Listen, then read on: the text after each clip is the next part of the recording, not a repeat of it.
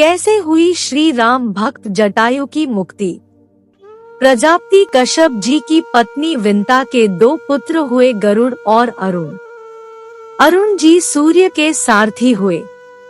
संपत्ति और जटायु इन्हीं अरुण के पुत्र थे। बचपन में संपत्ति और जटायु ने सूर्य मंडल को स्पर्श करने के उद्देश्य से लंबी उड़ान भरी। सूर्य के असह्य तेज से व्याकुल होकर जटायु तो बीच से लौट आए, परंतु संपत्ति ही चले गए। सूर्य के निकट पहुंचने पर सूर्य के प्रखर ताप से संपत्ति के पंख जल गए और वह समुद्र तट पर गिरकर चेतना शून्य हो गए। चंद्रमा नामक मुनि ने उन पर दया करके उनका उपचार किया और त्रेता युग में श्री सीता जी की खोज करने वाले बंदरों के दर्शन से पुनः उनके पंख जमने का आशीर्वाद दिया। जटायु पंचवटी में आकर रहने लगे। एक दिन शिकार के समय महाराज दशरथ से इनका परिचय हुआ और यह महाराज दशरथ के अभिन्न मित्र बन गए। वनवास के समय जब भगवान श्री राम पंचवटी में पर्णकुटी बनाकर रहने लगे, तब जटायु से उनका परिचय हुआ। भगवान श्री राम अपने पिता के मित्र जटायु का सम्मान अपने पिता के समान ही करते थे। भगवान श्री राम अपनी पत्नी सीता जी के कहने पर कपट मृग मारीच को मारने के लिए गए और लक्ष्मण भी सीता जी के कटुवाक्य से प्रभावित होकर श्री राम को खोजने के लिए निकल पड़े।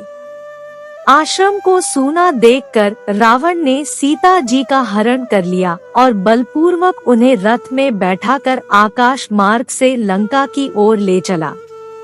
सीता जी का करुण विलाप सुनकर जटायु ने रावण को ललकारा।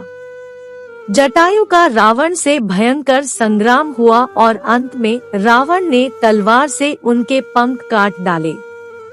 जटायु मरणासन्न होकर भूमि पर गिर पड़े और सीता जी को लेकर रावण लंका की ओर चला गया। सीता जी को खोजते हुए भगवान श्री राम की दृष्टि घायल जटायु पर पड़ी। जटायु मरणासन्न थे। वह श्री राम के चरणों का ध्यान करते हुए उन्हीं की प्रतीक्षा कर रहे थे। इन्होंने श्री राम से कहा, राक्षसराज रावण ने मेरी यह दशा की है। वह सीता जी को लेकर दक्षिण दिशा की ओर गया है।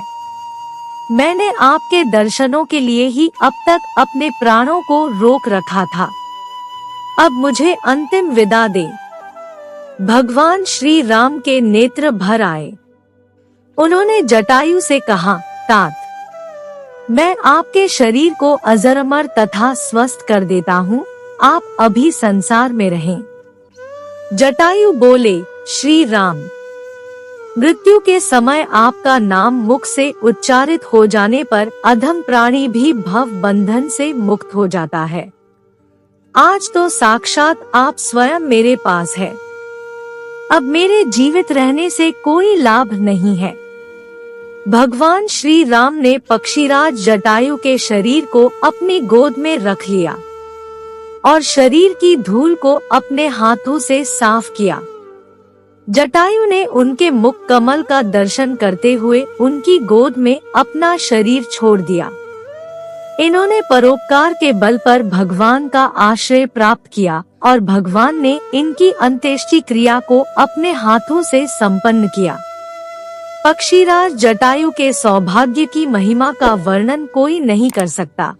उम्मीद करती हूँ यह कहानी आप लोगों को अच्छी लगी होगी। अच्छी लगी तो लाइक करें, अपने दोस्तों के साथ शेयर करें, मेरे चैनल को सब्सक्राइब करें, एक प्यारा सा कमेंट में जय श्री राम जरूर लिखें।